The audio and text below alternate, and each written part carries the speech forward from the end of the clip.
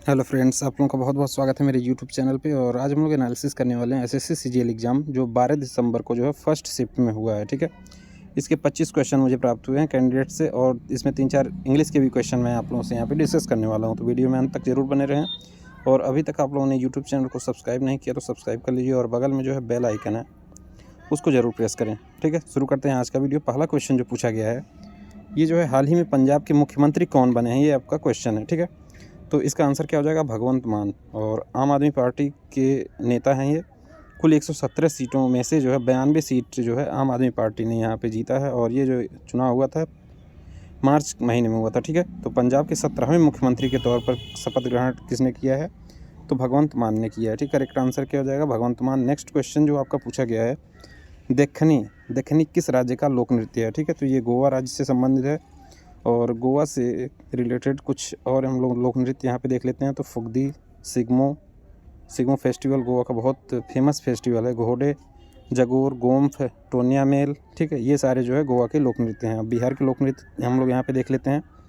तो ये है जाट जटिन, पनवारिया, विदेशिया और कजरी। ठीक है, ये बिहार के लोक नृत्य हैं।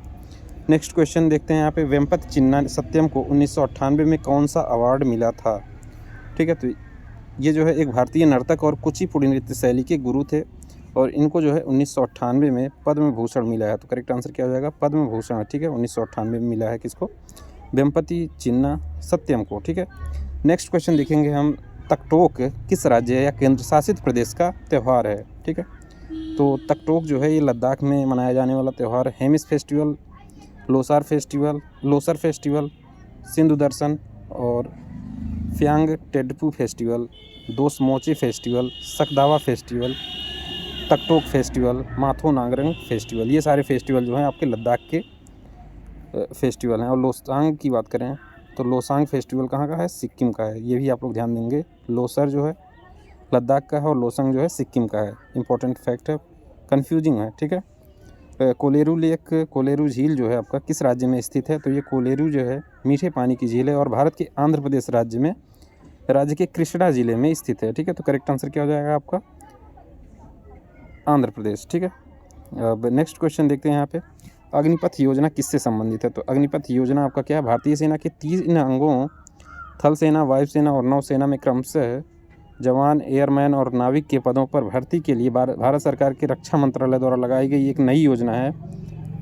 इस चयन के बाद इन जवानों को अग्निवीर के रूप में जाना जाएगा। इस योजना के तहत 4 वर्षों के लिए जो है भर्ती किया जाता है।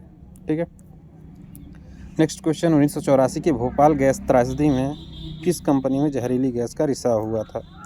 तो ये जो है भोपाल में स्थित यूनियन कार्बाइड कंपनी से जहरीली गैस का रिसाव हुआ था, और ये जो गैस था ये को क्या था? MIC यानी मिथाइल आइसोसाइनाइड था।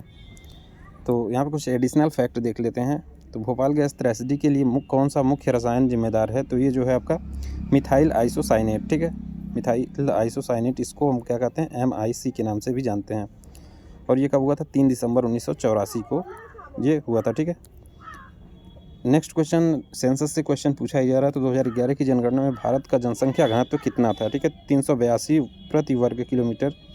10 की वृद्धि कितना था? 17.72% था। ठीक है, 2001 में देश में आबादी का घनत्व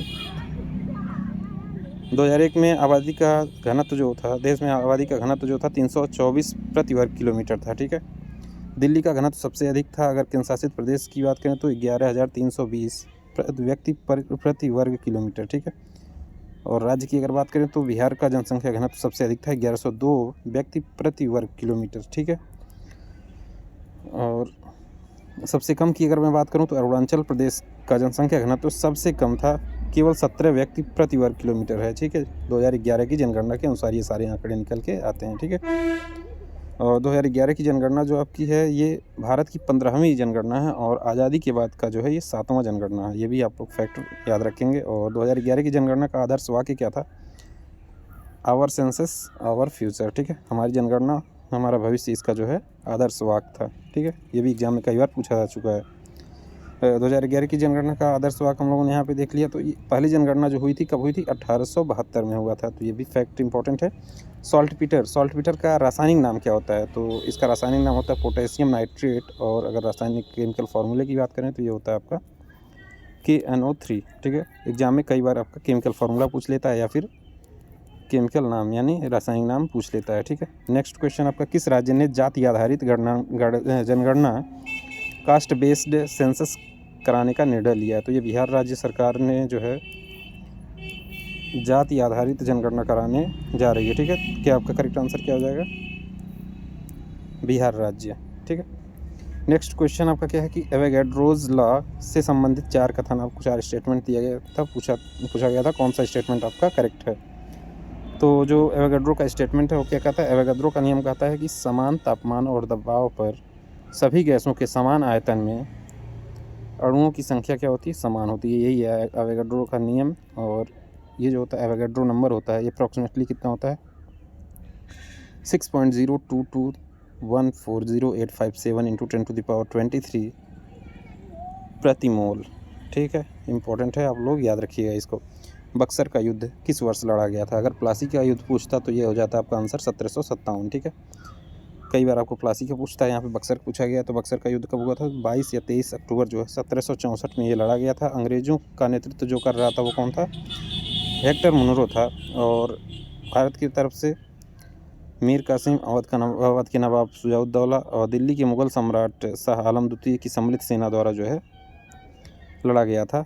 अंग्रेज़ों का नेतृत्व हेक्टर मुनरो ने किया था। इस लड़ाई में अंग्रेज़ों की जीत हुई और इसके परिणाम स्वरूप पश्चिम बंगाल, बिहार, झारखंड, उड़ीसा और बांग्लादेश का दीवानी और राजस्व अधिकार जो है अंग्रेज कंपनी के हाथ चला गया है। तो इम्पोर्टेंट है आप लोगों के लिए। नेक्स्ट, एनाकोंडा जो सांप है वो किस वन में पाए जाते हैं? तो एनाकोंडा जो है सांप उष्णकटिबंधीय वर्षा वन में पाया जाता है। ट्रॉपिकल रेन फॉरेस्ट आपका करेक्ट आंसर हो जाएगा, उष्णकटिबंधीय वर्षा वन, ठीक है। Next question 22 commonwealth games will be held at, 22वां जो राष्ट्रमंडल खेलों का आयोजन किया जाएगा। तो 22वें राष्ट्रमंडल खेलों का आयोजन इंग्लैंड के बर्मिंघम में हुआ है। और राष्ट्रमंडल खेल 2022 में भारत ने कुल जो है 61 पदक जीते हैं। इसमें जो 22 स्वर्ण था, 16 रजत और 23 जो है कांस्य पदक शामिल था। कुछ एडिशनल फैक्ट देख लेते हैं। तो 2018 में राष्ट्रमंडल का खेल जो हुआ था गोल्ड कोस्ट में हुआ था, ऑस्ट्रेलिया में आयोजित किया गया था। भारत में एक ही बार हुआ है, वो 2010 में जो है कॉमनवेल्थ गेम का मेज़बानी भारत किया है पहली बार। ऑस्ट्रेलिया सबसे अधिक बार 5 बार जो है कॉमनवेल्थ गेम की मेज़बानी कर चुका है।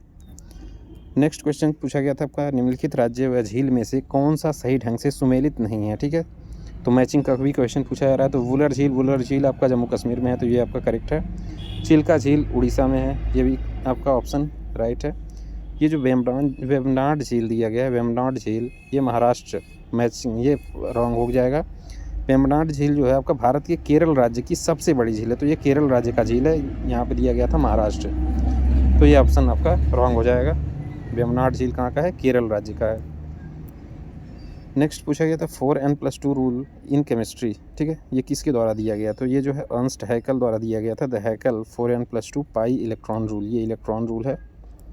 कुछ इंपॉर्टेंट पॉइंट देख लेते हैं। कार्बनिक रसायन विज्ञान के क्षेत्र में किसी भी प्लेनर रिंग के आकार, अणु के सुगंधित गुणों एरोमेटिक क्वालिटीज़ का अनुमान लगाने के लिए हम हैकल के नियम का उपयोग करते हैं, 4n+2 रूल, ठीक है।